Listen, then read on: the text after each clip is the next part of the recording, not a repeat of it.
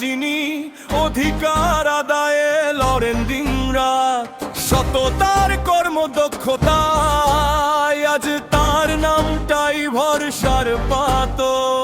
আখাইল কুড়ার মাটিতে ভবিষ্যৎ লেখে তারি হাত। এসো হাত মেলাই পরিবর্তনের অঙ্গীকারে, নতুন ভোর ডাকে ফখরু ভাইয়ের সাথে।